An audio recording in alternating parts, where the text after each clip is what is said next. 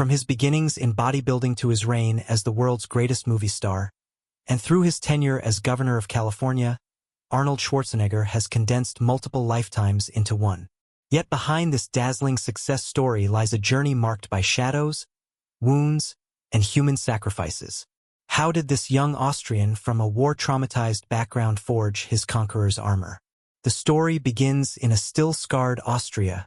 Arnold Alois Schwarzenegger was born on July 30, 1947, in Thal, a village where the wounds of World War II still burned deeply. His childhood bore none of the carefree memories of youth. Instead, it was a military regime where physical punishments replaced affection. His mother, Aurelia, remained an island of tenderness in this austere landscape. But his father, Gustav Schwarzenegger, was a far more problematic figure.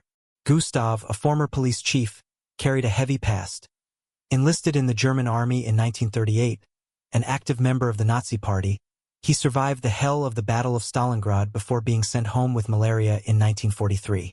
This rigid man transferred his officers' methods to his role as a father, creating a toxic family environment.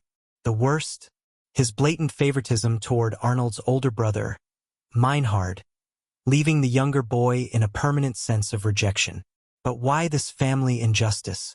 The answer chills the blood. Consumed by a sickly paranoia, Gustav doubted his wife's fidelity, and thus Arnold's paternity. These unfounded suspicions, combined with his Nazi past, transformed the family home into a psychological battlefield. Young Arnold grew up amidst material deprivation and a cruel lack of paternal affection. In post-war Austria, where Reconstruction struggled to erase the scars of conflict, the Schwarzenegger family lived frugally. Arnold would always remember the day they finally managed to buy a refrigerator. This mundane event was experienced as a victory. Between family humiliations and financial difficulties, sport became his outlet. On an intuition heavy with consequences, Gustav pushed his sons toward athletics, projecting his unfulfilled dreams onto them. Arnold first threw himself into football with desperate energy. But at 13, his coach took him to a place that would change his destiny, a local weightlifting gym. The scrawny teenager was awestruck by these sculpted bodies defying the laws of anatomy. In a flash of insight, he understood that weights would be his weapons to conquer the world. What followed was pure obsession. Arnold became a gym ghost, training even on weekends by breaking in when the doors were closed. At 14, this son of an Austrian police officer abandoned football for a completely crazy dream: to become Mr. Universe. In a Europe where bodybuilding was still seen as a fairground curiosity, his ambition seemed oversized. But Arnold already knew one thing: his ability to turn obstacles into springboards. Red flags, for most people, signal danger or alerts. But for Arnold Schwarzenegger, they were the green light of ambition. For if Arnold was no ordinary person, his unwavering commitment soon began to bear fruit. Before long, Schwarzenegger was winning local weightlifting competitions, but this was not his ultimate goal. Schwarzenegger wanted to be the world's greatest bodybuilder, and that meant one thing: he had to win the Mr. Universe title. He started small, competing in local contests, then progressing to the title of Junior Mr. Europe. But in 1966, at 19, Schwarzenegger boarded a plane for the first time in his life to go to London and compete in his first Mr. Universe contest. Unfortunately, the trip did not go as planned. Although Schwarzenegger had achieved many remarkable feats throughout his life, winning the Mr. Universe title at 19 was not one of them. Despite his impressive physique, he was surpassed by the winner, Chester Yorton, who was 8 years older. But Schwarzenegger found a ray of hope during his trip. One of the judges, Wag Bennett, recognized his potential and offered to coach him.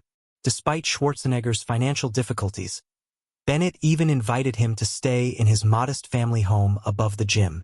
Although far from glamorous and despite Schwarzenegger's limited English, he was ready to do whatever it took to achieve his dreams.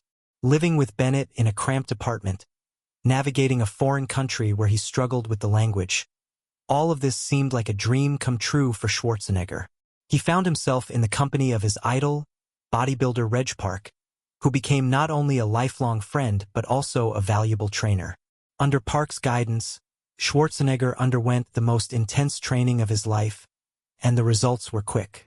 Just 1 year later, in 1967, he achieved his long-held ambition, becoming the youngest Mr. Universe in history at the age of 20. Arnold was at the top, but he had no idea that challenges awaited him, including his new weakness: women. In 1969, Arnold met Barbara Baker, an English teacher who became his first serious girlfriend. Initially, Schwarzenegger embodied the ideal partner: adventurous, charismatic, and overflowing with joy.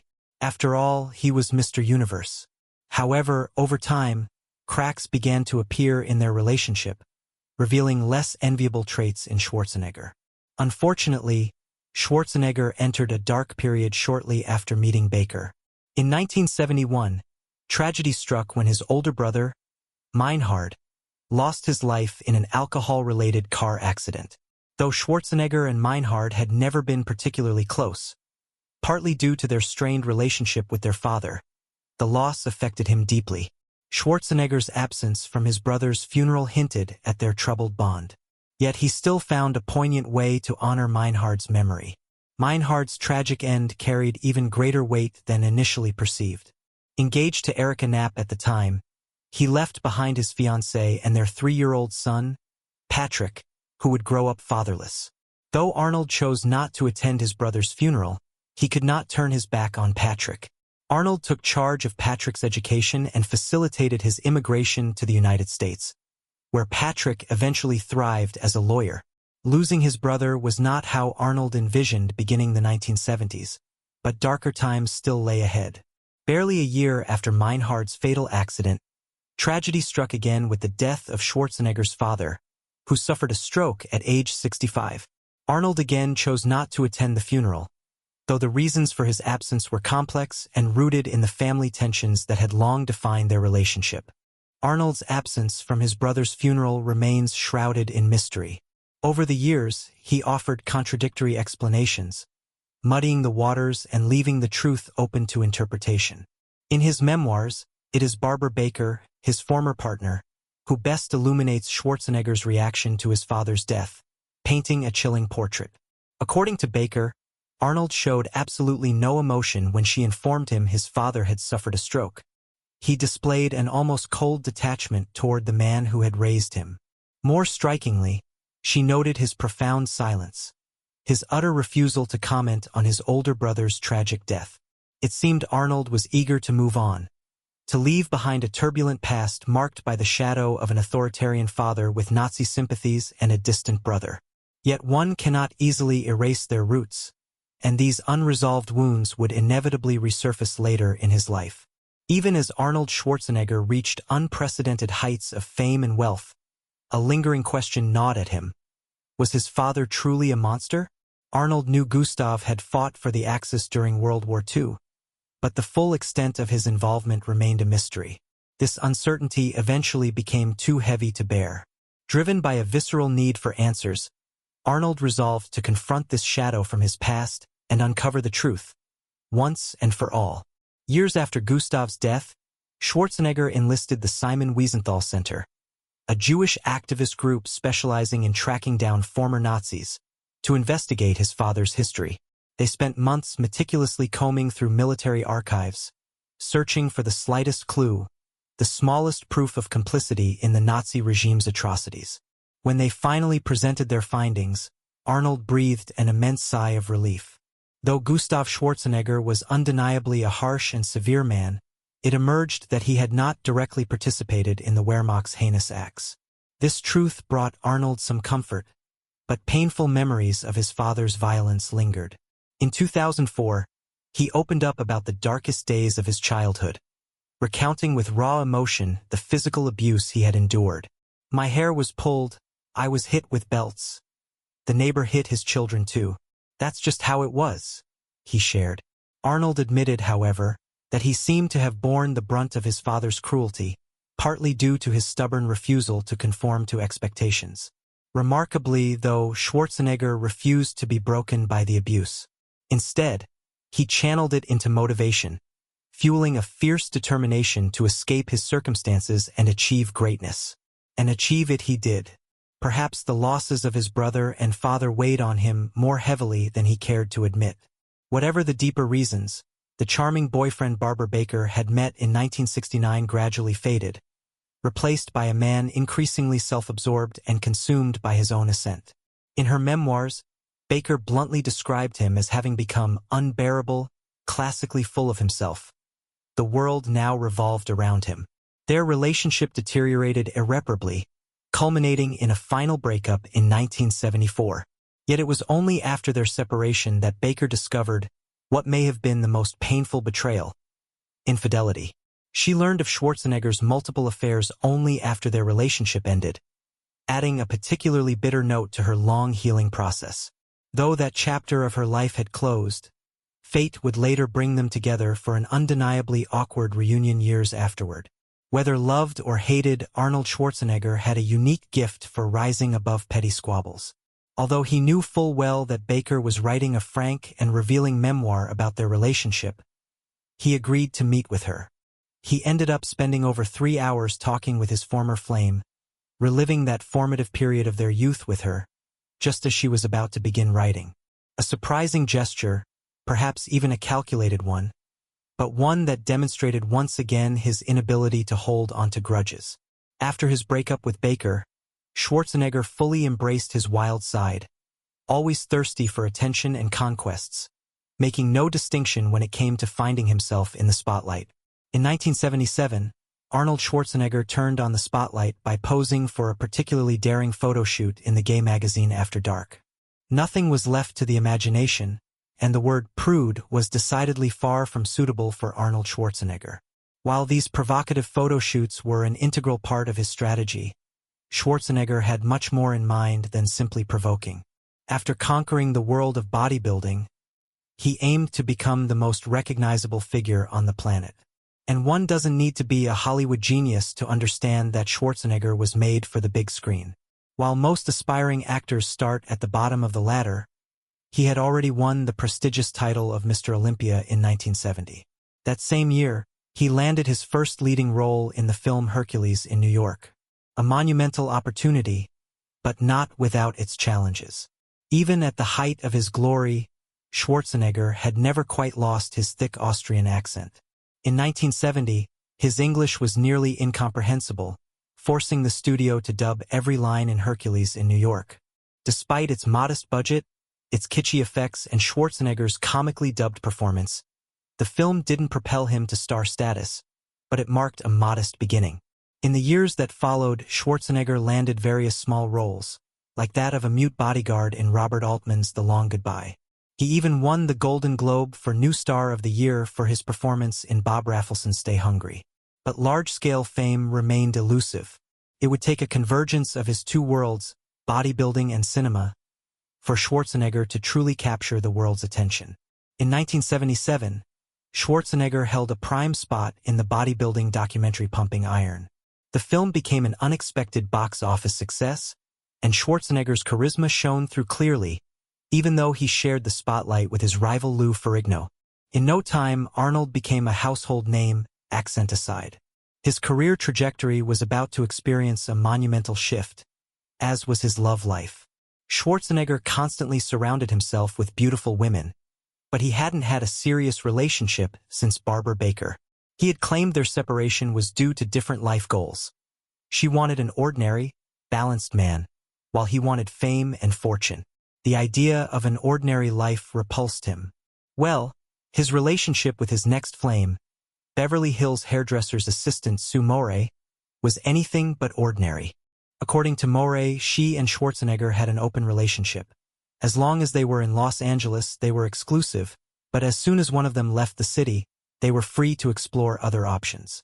Given Schwarzenegger's nature, this arrangement was probably the best-suited compromise. However, Morey's hold on Schwarzenegger would soon loosen, as the most significant relationship of his life was about to unfold. In August 1977, Schwarzenegger went to New York for the Robert F. Kennedy tennis tournament. According to the terms of his agreement with Morey, he was free to pursue other interests. It was there that he met journalist Maria Shriver, a beautiful, refined woman, and a member of the Kennedy dynasty. Maria captivated Schwarzenegger immediately. What had begun as a brief holiday fling quickly transformed into something deeper. For a full year, Schwarzenegger juggled his relationships with Maria and Morey. However, Morey reached her breaking point when she realized Schwarzenegger's commitment to Maria was becoming increasingly serious. Faced with Schwarzenegger's growing commitment, Morey understood her story with him was coming to an end. Schwarzenegger stood at a crossroads in his life. Maria Shriver, from an influential family, gave him a straightforward ultimatum: it's either me or the bodybuilders. Schwarzenegger, already in the spotlight, made his decision. He married Maria, and together they had 4 children. But as with his previous conquests, he ultimately betrayed her. However, that chapter of his life would come later. In 1980, Schwarzenegger was on the verge of cinematic stardom. But before immersing himself in the world of film, he wanted to taste the intoxicating flavor of bodybuilding competition one last time. For his role in Conan the Barbarian, he sculpted his physique to the extreme, bringing it to its peak. So why not go out on a high note? That's how he decided to compete in the Mr. Olympia contest one final time. True to his theatrical style, Schwarzenegger didn't sign up in an ordinary way. He started by getting hired as a commentator, offering sharp analyses. It wasn't until his arrival that he launched, with his famous smirk, "What if I joined the competition?" The crowd erupted in joy. Schwarzenegger won the title, marking his final triumph on the Mr. Olympia stage. If the show was electrifying for the television audience, it wasn't without controversy. The competitors felt that the judges had been more seduced by Schwarzenegger's storytelling than by an objective evaluation. Mike Mentzer, another giant in bodybuilding, was so disappointed with the result that he abandoned the competition after 1980. Thus, Schwarzenegger's departure from the world of bodybuilding was overshadowed by scandal. However, it's important to note that Schwarzenegger wasn't the only one to face controversies in the sports world. At a time when anabolic steroids were less regulated, their use was perceived differently. Schwarzenegger openly admitted to using them, seeing them as just another tool to maintain his muscle mass while losing fat. However, this practice had repercussions later on. In the 1990s, Schwarzenegger faced troubling speculation. A German doctor, Willy Hipp, publicly claimed that Schwarzenegger's steroid use would lead to an early death. The tabloid Globe even went so far as to predict his imminent death. In response to these allegations, Schwarzenegger reacted vigorously, suing Dr. Hipp and the Globe. He won both cases, obtaining $10,000 from the doctor and a settlement with the tabloid. The 1980s marked Schwarzenegger's rise in Hollywood. After years of frustration, he finally found his place in the spotlight. Despite his still hesitant English, he became the action star the public demanded. Conan the Barbarian, released in 1982, was followed by Conan the Destroyer, and then Terminator, a role that would become iconic. The Austrian boy with dreams of glory had succeeded. But as he was about to discover, fame and fortune bring unexpected challenges. In the world of 80s and 90s action films, Arnold Schwarzenegger embodied the quintessence of the muscular hero. But he didn't occupy this peak without a rival. Sylvester Stallone, also an icon of muscle cinema, stood as a direct competitor. The two stars engaged in a rivalry that went beyond the screen. In interviews, they exchanged jabs, each trying to outdo the other. If one decimated 10 enemies on screen, the other lined up 15. If one wielded an oversized weapon, the other responded with an even more exaggerated arsenal. The public delighted in this clash of titans, which added an extra dimension to their rivalry. But Arnold couldn't let himself be distracted by this competition. His life was undergoing a transformation. Shortly after the success of Terminator, which had catapulted him to stardom, he married Maria Shriver in 1986. In the following years, he became the father of 4 children while solidifying his status as the world's highest-paid and most recognizable movie star. The former young man from Austria seemed to have reached the pinnacle of success. However, Arnold Schwarzenegger, a man of challenges, couldn't help but aim even higher. In 2003, during his appearance on The Tonight Show with Jay Leno, he announced his candidacy for governor of California. The reaction was immediate. Laughter, skepticism, even contempt.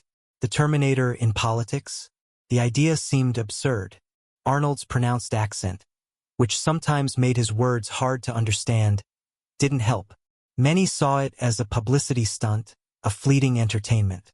But Schwarzenegger, when he set a goal, had a troublesome tendency to achieve it. The Terminator character was known to all, and now the public would discover the Governator. Arnold had crossed a new threshold, but as often happened with him, this new challenge would come with storms. Once he entered the political arena, he became a target. His opponents quickly dug into his past, looking for ammunition. And they weren't disappointed. 5 days before the election, the Los Angeles Times published an explosive article. It revealed allegations of inappropriate behavior by Arnold, involving no fewer than 6 women. Groping, inappropriate remarks. These accusations cast a shadow over his campaign. In response, Schwarzenegger admitted to sometimes having acted inappropriately and apologized, while disputing some of the allegations. Despite these revelations, the outcome of the election didn't seem to be significantly affected. In 2004, Schwarzenegger was elected governor of California. But the revelations about his past didn't stop there. His opponents dug deeper, uncovering elements that could tarnish his image. Fans of Pumping Iron knew that Arnold had smoked a joint in that cult film. And then there was that controversial interview in the adult magazine We in 1977, where he openly talked about his marijuana use. In 2003, the idea of a politician who had admitted to drug use still shocked a part of the American public. But Schwarzenegger, impeccable in his, while enjoying a day at the beach, a man began to drown out in the water. Without hesitation, Schwarzenegger, who was present, dove into the waves, swam out to him, and brought the struggling man back to shore, safe and sound. How many politicians do you know who would be willing to do that? It's this kind of heroic act that marked Schwarzenegger's career, a man who always defied expectations.